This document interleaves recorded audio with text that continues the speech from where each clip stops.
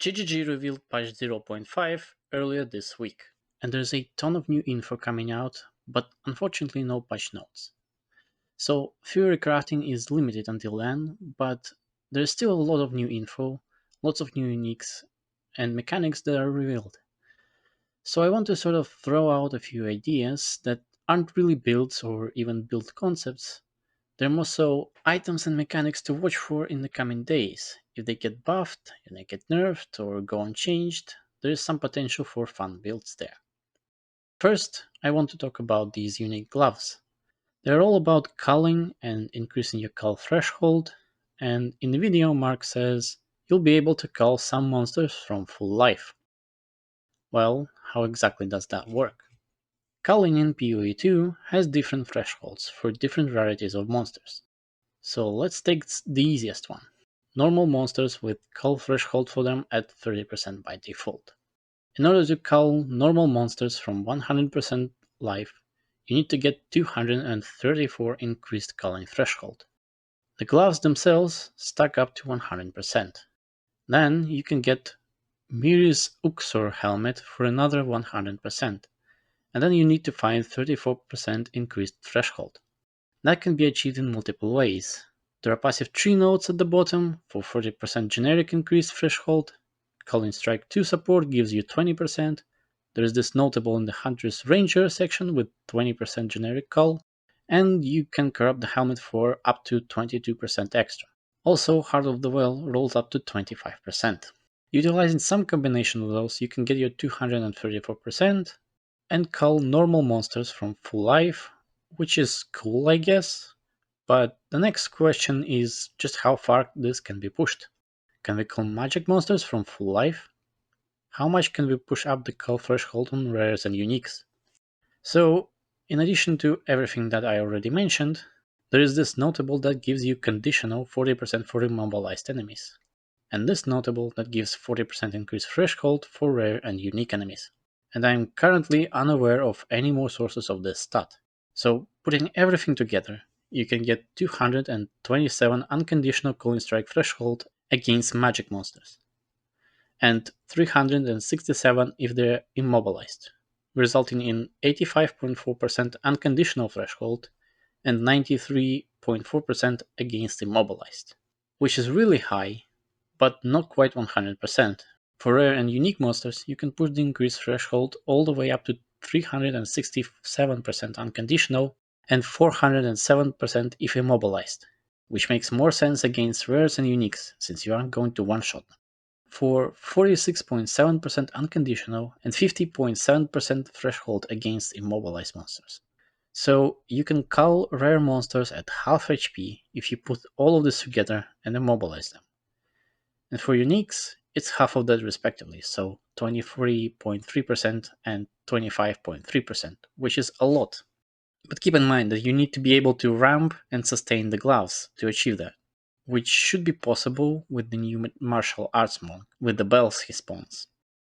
Now, why does all of that matter? It's not like it's that difficult to kill normal and magic monsters most of the time, right? Well, in the reveal, GGG also showcased some ways of juicing up magic monsters.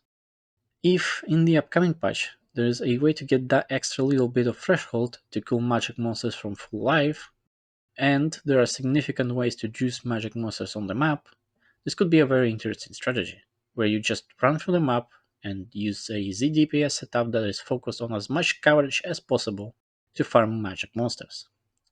That's a lot of ifs, but it's something worth keeping an eye out for. And finally, let's just say I don't necessarily want to push for these 100% cool thresholds. I just want to use the gloves for the skill, and I don't want to wear this crappy helmet. How much cool threshold can I get without unreasonable opportunity cost? Well, if you just use the Culling to support and Heart of the Well, that adds up to 145%, which means that you will cull normal monsters at 73.5% life, magic monsters at 49% life, rares at 24.5% life, and uniques at 12.2%, which is not bad.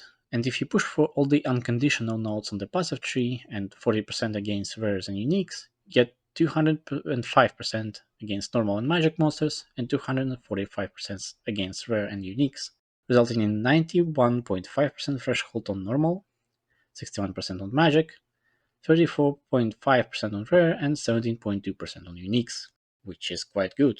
So I'm going to keep an eye on things that have to do with Cull in the patch and see if any of this map changes. Next, there is this body armor. It has a bunch of spell damage on it, it has some weird mechanic going on that isn't currently in the game, and so no one knows what it does. But it has this very important stat here. 17% of damage taken from hits bypasses energy shield, if energy shield is below half. If you've ever played Leech, you know that this is a very rare and valuable stat, because combined with Eternal Life notable, it just turns into straight DR. 17% is a weird number, so it's likely a roll range, but we currently don't know how much it can roll. So I'm going to treat it as if 17% is the maximum. If you voil this body armor, you can roll up this 17% to 20%.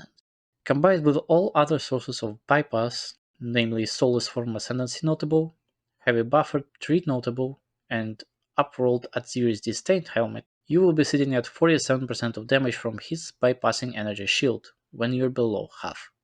This is a huge layer of defense against barrages of small hits, which is actually something pure ES builds do struggle with sometimes. And they might struggle more next league, as Mark briefly mentioned nerfs to ES recovery during the Q&A. But of course, there's a caveat. This is a body armor.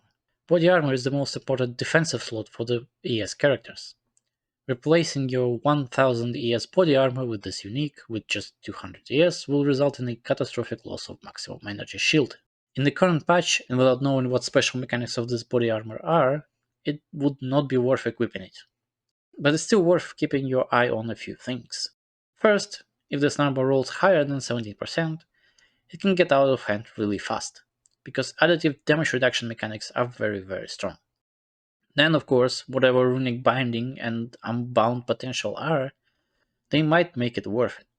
Finally, in the same Q&A, Jonathan and Mark mentioned that they are aware of defensive issues of various armor and evasion setups, and they specifically said that armor ES hybrids are the worst by far in terms of survivability. And while they have no solutions just yet, it seems GGG intend to at least try to fix it this patch. If the buffs to armor ES hybrids are substantial enough and you can actually make an armor ES hybrid Lich, this body armor becomes a strong contender.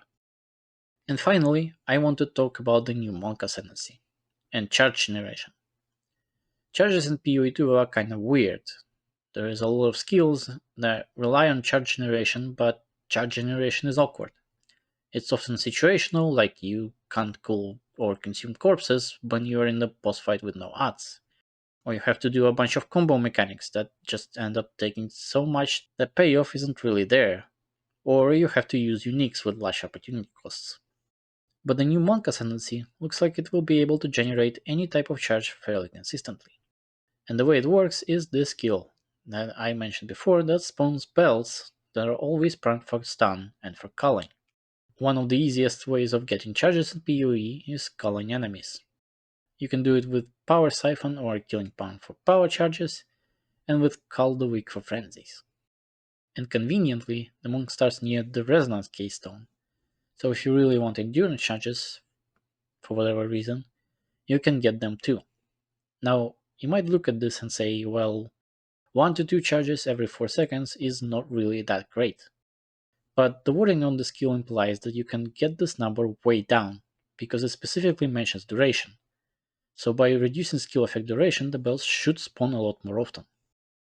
First, this skill has a limit keyword, which means that you should be able to socket Overabundance into it, and it gives 50% less duration, as well as allows up to 2 bells to be present.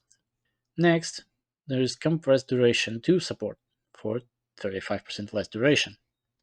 That already puts the duration at 1.3 seconds. And that is still not fast enough, the passive tree around the monk area has a further 32% reduced skill effect duration, putting the duration between bells at 0.884 seconds.